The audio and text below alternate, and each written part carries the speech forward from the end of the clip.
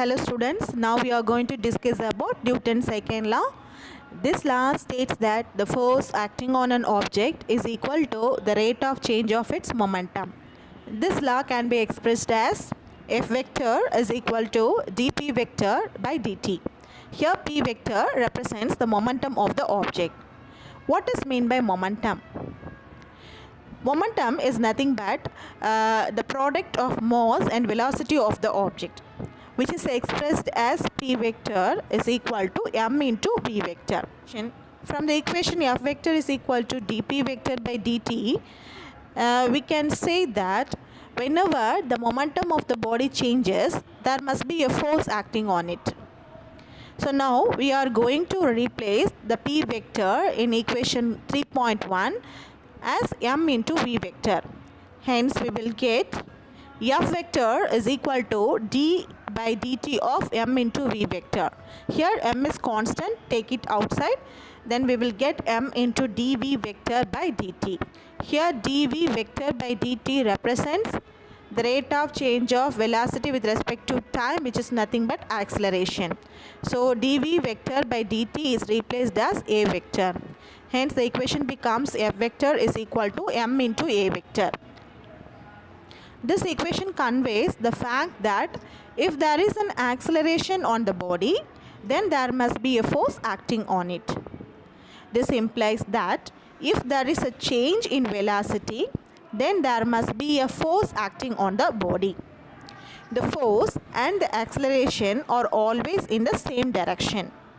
Newton's second law is different from Aristotle's idea of motion.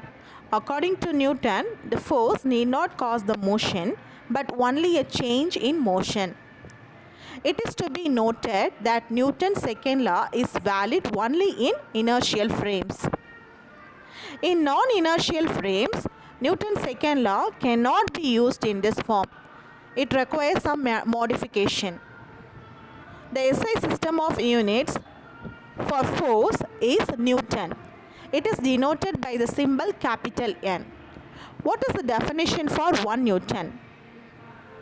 1 Newton is defined as the force which acts on 1 kilogram of mass to give an acceleration 1 meter second power minus 2 in the direction of force. 1 Newton is defined as the force which acts on 1 kilogram of mass to give an acceleration 1 meter second power minus 2 in the direction of force. Next we are going to discuss about Aristotle versus Newton's approach on sliding object.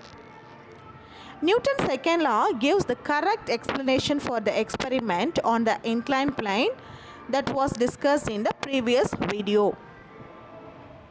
In normal cases, where friction is not negligible, once the object reaches the bottom of the inclined plane, it travels some distance and stops. It is because there is a frictional force acting in the direction opposite to its velocity. This frictional force reduces the velocity of the object to zero and brings it to rest.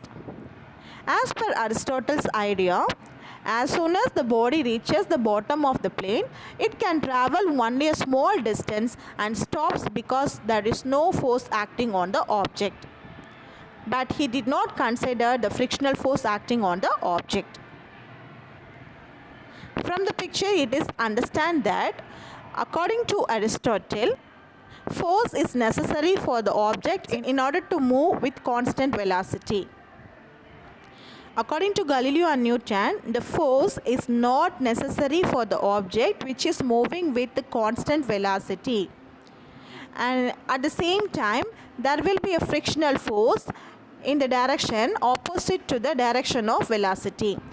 Hence, the net force acting on the object will become zero, and that net force will try to bring the object to rest. Thank you, students.